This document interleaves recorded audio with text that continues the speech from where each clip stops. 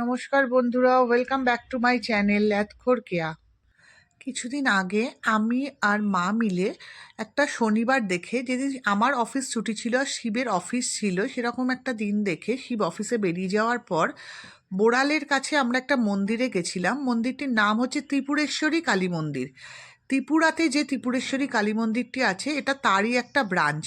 তো শিব অফিসে বেরিয়ে যাওয়ার পর মা আমাদের বলল যে চল কোথাও গিয়ে একটু আজকে ভোগ খেয়ে আসি, আজকে আর শনিবার দিন রান্না করতে সেরকম ইচ্ছে করছে না। সেই মতোই আমি আর মা বেরিয়ে পড়লাম। আমরা আমাদের বাড়ি থেকে গড়িয়া গেছিলাম। গড়িয়া থেকে দুভাবে যাওয়া যায়, অটো করে যাওয়া যায় বা রিক্সা করে যাওয়া যায়। অটো করে গেলে গলির মুখে নামিয়ে দেয়, ওখান থেকে একটু 5 মিনিট মতো হেঁটে যেতে হয়। আর রিক্সা করে গেলে একেবারে সামনে নামিয়ে দেয়, মন্দিরের একদম সামনে। তো যাই হোক, মন্দিরে এসে গেছি আর ঢুকেও পড়েছি। দেখো কি সুন্দর মন্দিরটা, আমরা প্রথমবারই আসলাম। আমাদের আস্তে আস্তে যেহেতু 11টা বেজে গেছিলো, তো ভোগের কাউন্টার ভোগের স্লিপের কাউন্টার বন্ধ হয়ে যাচ্ছিল বলে আমি গিয়ে দৌড়ে ভোগের দুটো স্লিপ কেটে নিলাম। তো আমার ঠিক এখন মনে পড়ছে না যে কত টাকা নিয়েছিল, তবে আমার মনে হয় দুজনের মিলিয়ে 150 টাকা নিয়েছিল, 75 টাকা করে মনে হচ্ছে, তবে আমার সঠিক এখন মনে পড়ছে না।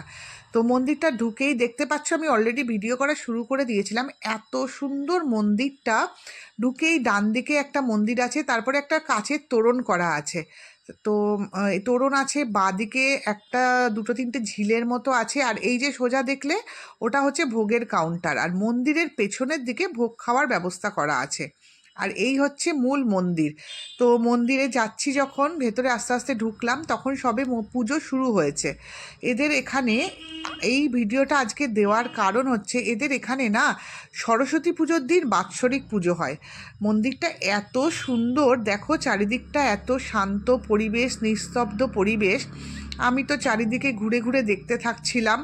আর এইটা হচ্ছে ওদের অফিস ঘর, যেখান থেকে আমি ভোগের কুপন কেটেছিলাম। আর এই মন্দিরের পেছন দিকে হচ্ছে তোমার ভোগ খাওয়ার ব্যবস্থা আছে। আর এই যে মূল মন্দিরে আমি এখন ঢুকছি, এখন পুজো হচ্ছে ভেতরে। ওনারা সবাইকে মন্দিরের ভেতরে ঢাকছেন। আর সব থেকে ভালো ব্যাপার হলো, আমরা না একেবারে মন্দিরের ভেতরে চলে গেছিলাম।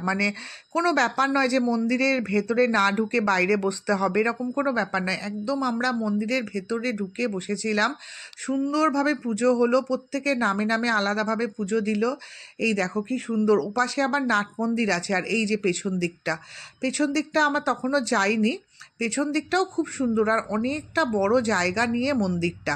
যদি তোমাদের কখনো সম্ভব হয় তাহলে অবশ্যই একবার এই মন্দিরটা থেকে ঘুরে যেও। একবার গেলে দেখবে মনটা পুরো শান্ত হয়ে যায়। তো এখানে গিয়ে আমরা মন্দিরে পুজো টুজো দিয়ে এদের ভোগ খাওয়া হয় 1:30টা থেকে। ভোগ খেয়েছিলাম, তোমরা বিশ্বাস করবে না, এত সুন্দর ভোগের ব্যবস্থা। দীর্ঘদিন পর আমি আর মা এত সুন্দর ভোগ খেলাম। মা আর আমি এটাই বলছিলাম যে মা বলো, ভোগটা কি ভালো ছিল। এমনিতেই ঠাকুরের ভোগ, কিন্তু এত সুন্দর রান্নাবান্না, মুখে দেওয়ার সঙ্গে সঙ্গে যেন সব কিছু গলে যাচ্ছে।